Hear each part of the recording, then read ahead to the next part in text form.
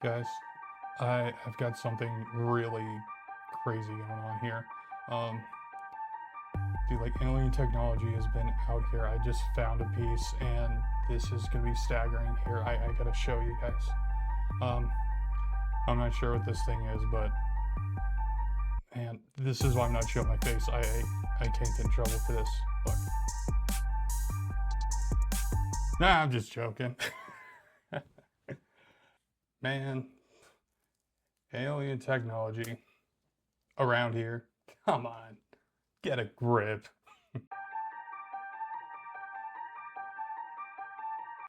Hello, this is Mystic Seer here, and today's gonna be a fun video. Video topic today is alien technology we use every single day.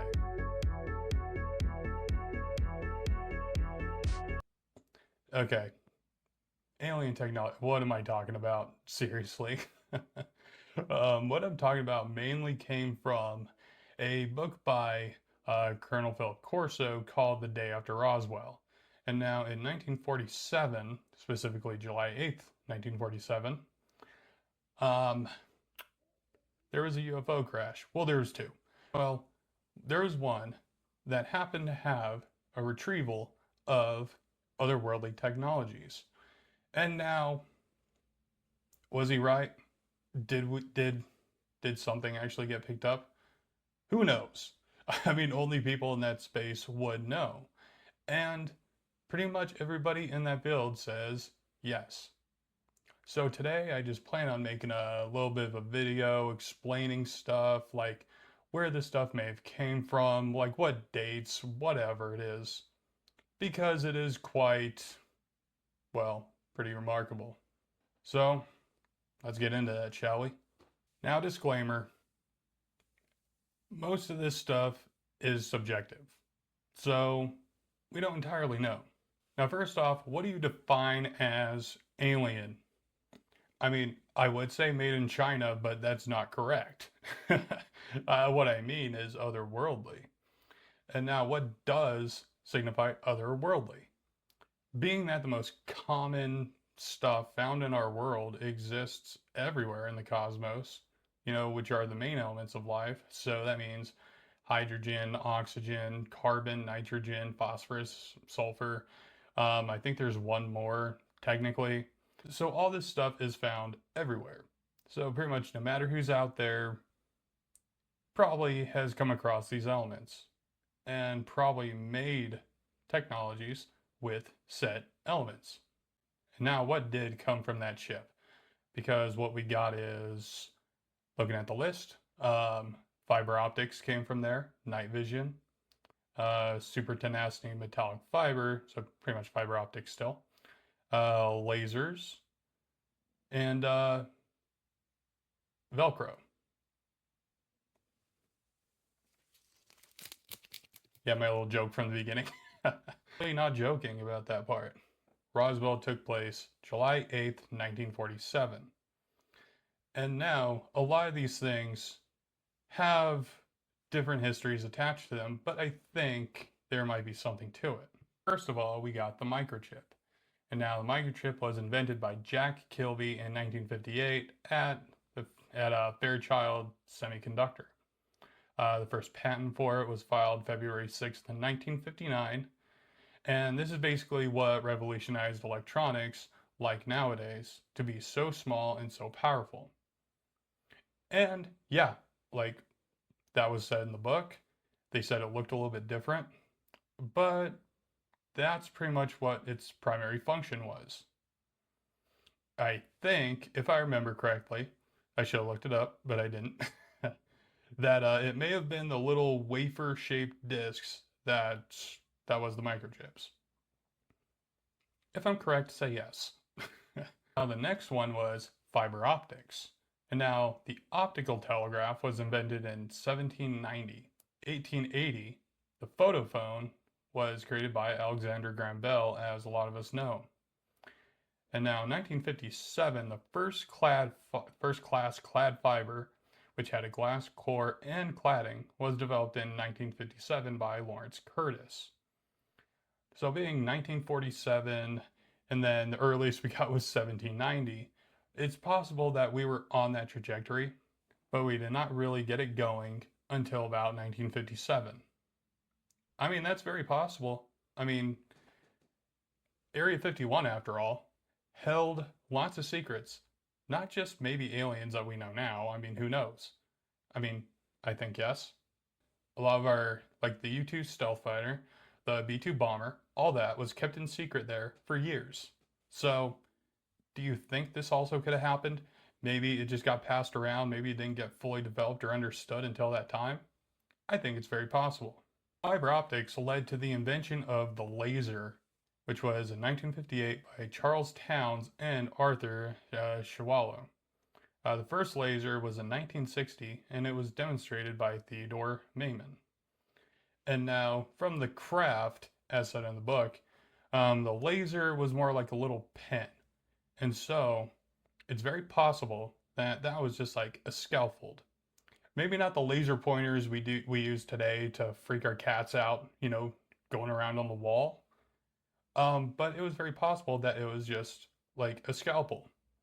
Because how many times have we watched documentaries on cows being there 1 minute, gone the next, now they're back, and they have like these laser incision, like little chart around like where they get mutilated, like the cattle mutilation thing. I think that's entirely possible because supposedly this was a gray craft that crashed in Roswell, and it's very possible that they were doing that same stuff. And I'm saying possible because I don't entirely know. But I go off the research that I have researched for a long time now. The next one would be night vision. And now, according to Roswell and Colonel Corso, the night vision that came from the UFO was actually on the pilots themselves. It was more like a contact lens.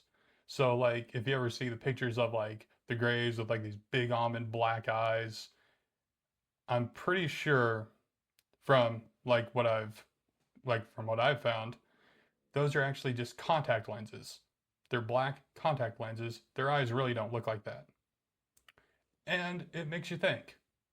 Sunglasses, right? I mean, if somebody landed here and did not know about our sunglasses and you happen to be wearing a pair, they're going to think that's what your eyes look like. Just think about that. So night vision was pre-World War II. The Germans had already developed like a primitive kind of version of it, but it was really huge. It was bulky, cumbersome, and it needed to be mounted in the back of pickup trucks in order to use. But it wasn't until the 40s and the 50s that RCA, yes, the company, and the US Army worked on this technology together. And by the 1960s, the first night vision, well, I'm not sure they're goggles, but like the scope, the device, was made then. And which this was a crucial device used during the Vietnam War. Now, there were many more breakthroughs in the 70s and the 90s, and even now, that night vision is just constantly developing. And last but not least, well, not really, you'll see here in a second, last but not least is the Velcro, because it's still one of my favorites. Velcro was 1941 when Swiss engineer George de Mestral brought this unique idea to life, giving the revolutionary fastening system that we know now today as Velcro. Mestral was an outdoor enthusiast and an engineer based in Switzerland. He innovated this remarkable fastening mechanism inspired by nature while walking with his dog, where he observed burrs, the tiny little burrs, sticking in his fur. And if you have a dog and you've seen burrs get in their fur, if you know, you know. He meant to replicate this natural mechanism, which led him to the design of Velcro and changing how we associate closures forever. So Velcro was patented in 1955, although he began developing the concept in 1941. The idea took years to build, and as he faced numerous challenges in mimicking the hook and loop structure of the burrs that inspired this. His demonstration paid off, and he finally introduced Velcro to the world, a product that would eventually permeate everyday life on an unprecedented scale. And that was all paraphrasing, that was not copying. Please don't come for me. In which case, genius idea. Super genius. So it begs the question, who originally came up with it? And I'm not discrediting this inventor for coming up with it, because obviously there were ties of him wanting to develop it back in 1941. And so I think it's possible as well, like a lot of these other devices I've mentioned, that he came up with the idea, but maybe he had a little bit of help later, and then found the right system, which created Velcro. Because obviously it was not patented until 1955, so it took him 14 years. So it makes you think, is this alien technology, is it just innovating us? Is it just like a simple thing of like giving a caveman a gun and letting him F around and find out, you know? It's very possible that that is what is going on in our facilities, our secret facilities, and all the technology that comes with that. Now, here's a few honorable mentions that I think should be also addressed. We got the atomic bombs, as we know. Now, obviously, that was Robert Oppenheimer and the Manhattan Project who developed the nuclear bomb. Now, the first Trinity bomb test was done in July 16th of 1945. So that was 2 years before Roswell, correct?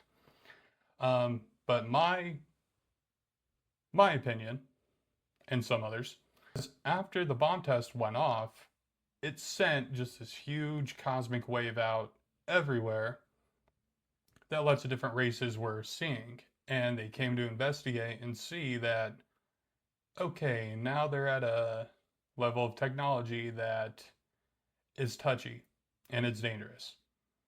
So let's go check it out for ourselves. And ever since then, we've had lots of drops. We obviously had World War II with Nagasaki and Hiroshima. And yeah, we all see the end results of that there. In which case, we still have nuclear bombs today, but will we use them? I certainly hope we don't, because that is dangerous and it can kill everybody, not just everybody in a, 5-mile radius. Like, it can harm the entire planet, so let's just knock that off. However, Oppenheimer did quote the Bhagavad Gita in Indian Veda at the time, which was, "I am now the destroyer of worlds." And now, thinking back to, maybe it was inspiration from those stories that brought this idea to life. The microwave, which was invented in 1947, also very possible, brought up an American Horror Story with President Eisenhower and his wife saying, "Can't believe we cooked a meatloaf in 5 minutes from this device that we got from those things."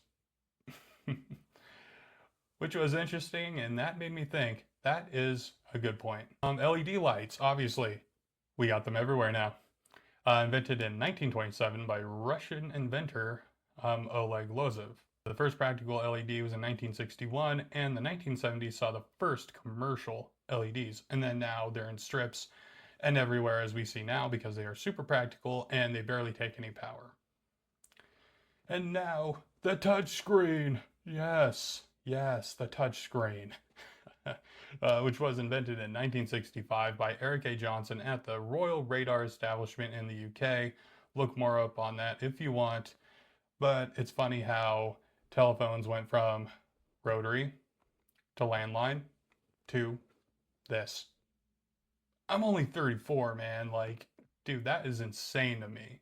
And it's crazy to see that we went from a simply telephone, answering machine, whatever, to this. Blows my mind. Seriously, it does.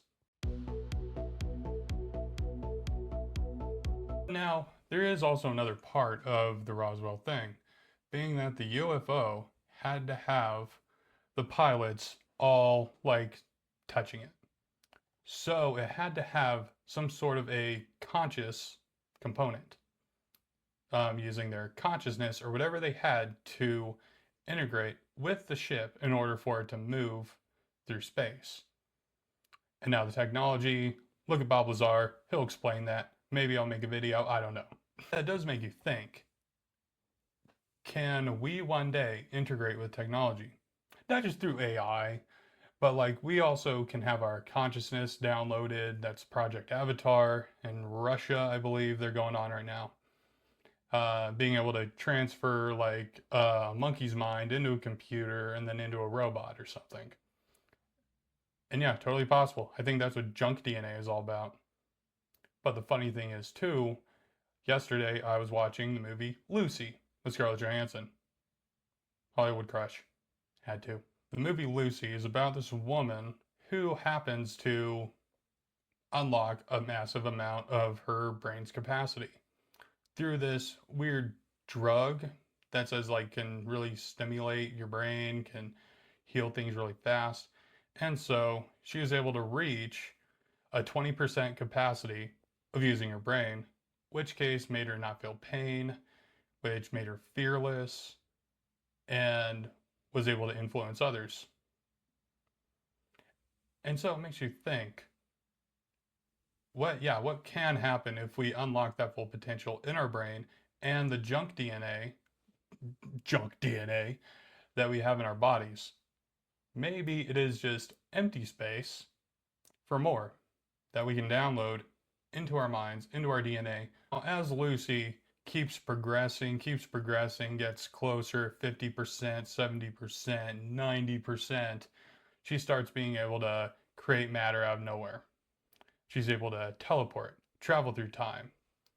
And by the time she gets to like 99%, she herself starts building a computer out of matter and starts developing all that knowledge, starts dumping all that knowledge into a thumb drive that like looks like it's insanely advanced. It's pretty cool looking actually. It just makes you think, like, if we get to that point, unlocking our brain's capacity, can we become technology ourselves? What about those orbs in the sky? Are those ships or are those really advanced people just flying around in lights? Is that their consciousness? Because as soon as Lucy reaches 100%, she vanishes into nothing and pretty much becomes like a god. In which case is super insane. But what this reminded me of, and this is the conclusion of the video, just so it's not too long, reminds me of the myth of Adapa.